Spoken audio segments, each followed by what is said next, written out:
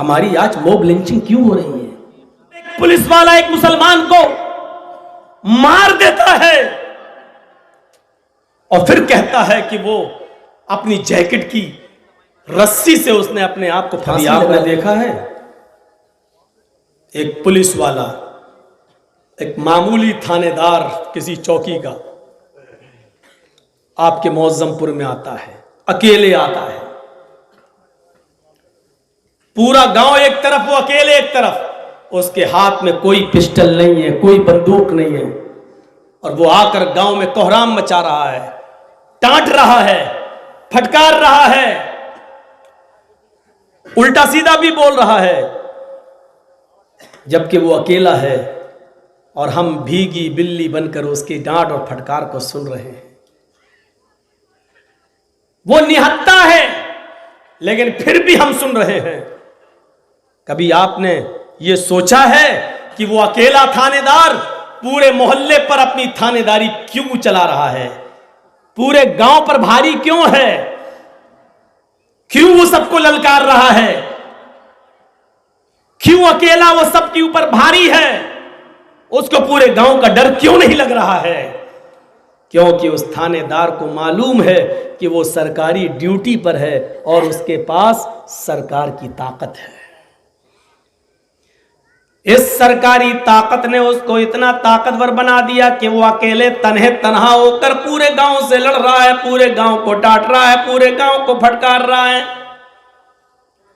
ایک مومن کے اندر جب اللہ کا ایمان، ایک مسلمان کے اندر جب اللہ کا نازل کیا ہوا اسلام گھس جاتا ہے، جب پیوست ہو جاتا ہے، تو پھر وہ بھی کسی کی پرواہ نہیں کرتا، وہ بھی کسی کی فکر نہیں کرتا، اس کو سوائے جنت کی اور کوئی چیز نہیں دکھائی دیتی ہے، وہ صرف اللہ سے ڈرتا ہے، اس کے علاوہ پھر وہ کسی کے سامنے جھکنا تیار نہیں ہوتا، جھکنے کے لیے تیار نہیں ہوتا ہے۔ اس کو معلوم ہے کہ یہ دنیا کی طاقت کمزور ہے، میرے اوپر جس کا ہاتھ ہے وہ بہت طاقتور ہے۔ غزوہ ذات الرقا جو سن 4 ہجری کے اندر وجود میں آئی، اللہ کے نبی صلی اللہ علیہ وسلم ایک درخت کے نیچے آرام کر رہے ہیں، سارے صحابہ الگ الگ درختوں کے پیڑوں کے نیچے سو رہے ہیں، اللہ کے نبی کی تلوار ایک پیڑ سے لٹکی ہوئی ہے۔ ایک شخص آتا ہے، ایک دیہاتی آتا ہے، ایک کافر آتا ہے، اللہ کے نبی کی محمد رسول اللہ کی وہ تلوار کھینچ لیتا ہے، پیڑ سے اتار لیتا ہے اور نبی اکرم کی طرف آگے بڑھ کر کہتا ہے میں یمنعک منی یا محمد، آئے محمد بتاؤ آج تمہیں میرے ہاتھ سے کون بچا سکتا ہے؟ تم اکیلے ہو، تنہا ہو، میرے ہاتھ میں تلوار ہے، بتاؤ آج تمہیں میرے ہاتھ سے کون بچا سکتا ہے؟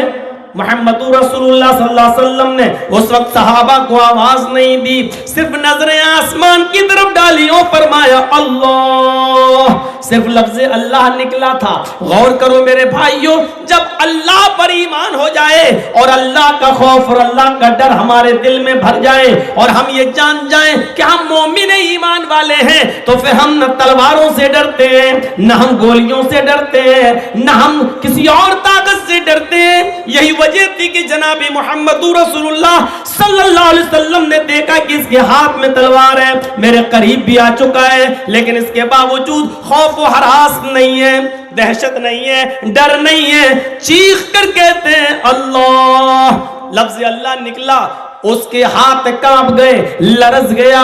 وہ کافر ضرور تھا لیکن اللہ کی طاقت کو جانتا تھا، وہ کافر ضرور تھا لیکن اللہ کے پاور کو مانتا تھا، وہ کافر ضرور تھا لیکن اللہ کی سپر پاور ہونے کا یقین رکھتا تھا۔ اس کی زبان جیسی لفظ اللہ، اس کے کان سنتے ہیں، تلوار ہاتھ سے چھوٹ جاتی ہے، نبی اکرم اس تلوار کو اٹھا لیتے ہیں، پوچھتے ہیں اب تو بتا کہ تجھے کون بچائے گا؟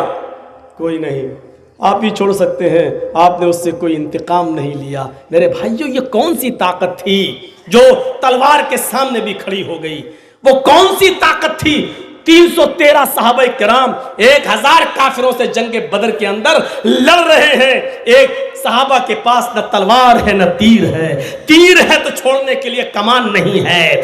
میرے بھائیو، کسی کے پاس گھوڑا ہے تو زین نہیں ہے، ایک چیز ہے تو دوسری چیز نہیں ہے، 313 نہتے ہیں، 1000 جوان نوجوان کافر گھوڑوں سے، تیروں سے، تلواروں سے لیس لڑ رہے ہیں، لیکن صحابہ کرام تیر و تلواروں کو نہیں دیکھ رہے ہیں۔ وہ کون سی طاقت تھی جو 313 صحابہ کو 1000 کافروں سے لڑنے پر مجبور کر رہی تھی؟ وہ ایمان کی طاقت تھی، وہ ایمان کی طاقت تھی، وہ اسلام کی طاقت تھی۔